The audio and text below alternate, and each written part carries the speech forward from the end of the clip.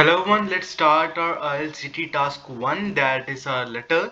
And here we have topic today.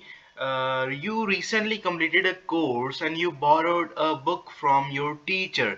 क्या आपने अभी कोई कोर्स कंप्लीट किया है और आपने अपने टीचर से कोई बुक ली है which you couldn't return in time, जो आपने टाइम से लौटाई नहीं.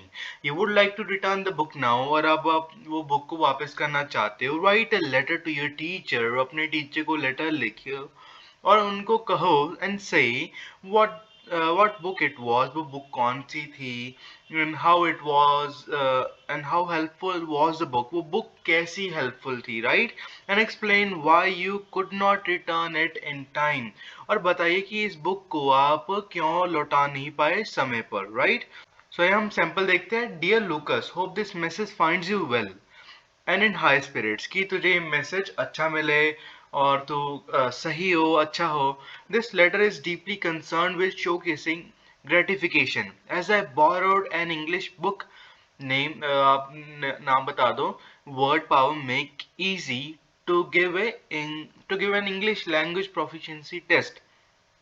तो इसमें आप कह रहे हो कि ये मैं लेटर इसलिए लिख रहा हूँ, ये कंसर्न है उसके बारे में है, टू शो केसिंग, दिखाना.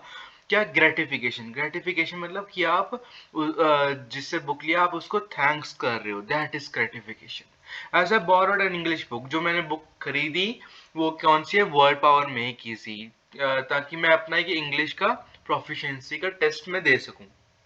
But I wasn't able to give in these past few months. मैं पिछले कुछ महीने से दे नहीं पाया. So sorry for that. I want to apologize. उसके लिए माफ कीजिए, मैं उसके लिए माफी मांगना चाहता हूँ. However, the book provided me valuable insights into this language.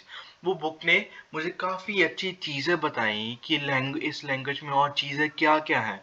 And it gave me a comprehensive understanding of fostering vibrant sentence structures. तो मुझे समझ आई comprehensive understanding, एक wide range की आपको समझ आया कि अलग अलग सेंटेंस स्ट्रक्चर्स को हम कैसे यूज कर सकते हैं इंग्लिश में. Indeed this book became a करिश्मा फॉर मी. ये बुक मेरे लिए एक बहुत ब्लेसिंग बन गई, right. And I want to thank you as I passed the C2 proficiency test only with the assistance of this literary document. जैसे English के अलग अलग टेस्ट हैं, आप उनमें से एक टेस्ट का नाम ले सकते हो कि वो वाली प्रोफिशिएंसी का टेस्ट मैंने पास किया. किस वजह से, विद द असिस्टेंस, इस बुक की हेल्प से. लिटरेरी डॉक्यूमेंट को ये लिटरेरी बुक का सिनोनिम हमने यूज कर लिया, right. The reason why the reason why I was not able to return this book is that the moment I gave my test and I got a job, जब मैंने ये test दिया उस समय मुझे एक जॉब मिल गई.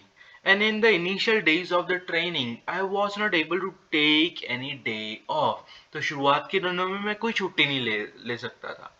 So I got so busy. तो मैं बहुत ज़्यादा busy हो गया. I knew to return the book. And now I have time this weekend. मुझे पता था कि बुक लौटानी है और अब इस वीकेंड मेरे पास टाइम है.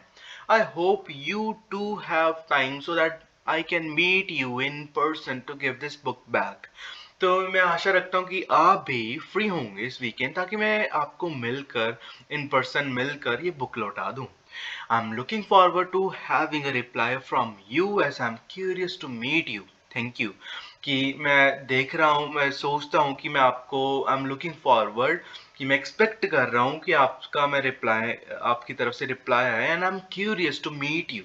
Thank you. You can use your faithfully any foreign name, John. So alright, this is the sample of this GT task. So I hope आपको आइडिया क्लियर हो गया होगा. अगर ऐसा कोई टास्क आए, so that you can address that task in good vocabulary or in good ideas. Thank you for watching this video.